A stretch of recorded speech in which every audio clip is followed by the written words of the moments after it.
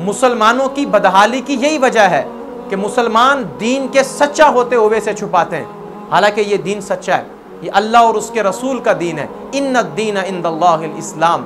10-20 लोग किसी जगह जमा हो, हज के अय्याम हो, कोई बंदा आपको तलबिया पढ़ता हुआ नजर नहीं आएगा। 10-20 लोग बैठे हों और तकबीरात के दिन हो, अय्याम नहर हो, कोई बंदा आपको अल्लाहु अकबर ला इलाहा इल्लल्लाहु वल्लाहु अकबर पढ़ता हुआ नजर नहीं आएगा। क्यों? मुझे शर्म आती है।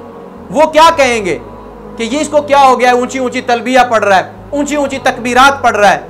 मैंने कहा क्या बात है कि रसूलुल्लाह की सुन्नत को पूरा करते हुए शर्म आती है, अपना सच्चा दीन इजहार करते हुए शर्म आती है, नबी के सच्चे कौल को बयान करते हुए शर्म आती है, हक सच को बयान करते हुए शर्म आती है। लेकिन लोगों को देखो, उन्होंने झूठे दीन बना रखे हैं, वो अपने बाबों की झूठी कहानियां हैं, अपने पीरों फकीरों के झूठे किस्से हैं, उनकी बताई हुई झूठी तस्बीहात हैं, बताई हुई झूठी नजरें, झूठी न्याजें हैं, लेकिन वो लोगों को बताते हुए शर्म महसूस नहीं करते, वो अपने बातिल को लोगों में फैलाते हुए शर्म महसूस नहीं करते। और हम मुसलमान जिनके पास सच्चा दीन है, खालिस दीन है, वो खालिस चीजों को बयान करते हुए शर्म महसूस करते हैं। इकबाल ने मुसलमानों की इसी हालत पे कहा था, वाए नेकी मताए कारवां जाता रहा, कारवां के दिल से एहसास ज़िया जाता रहा।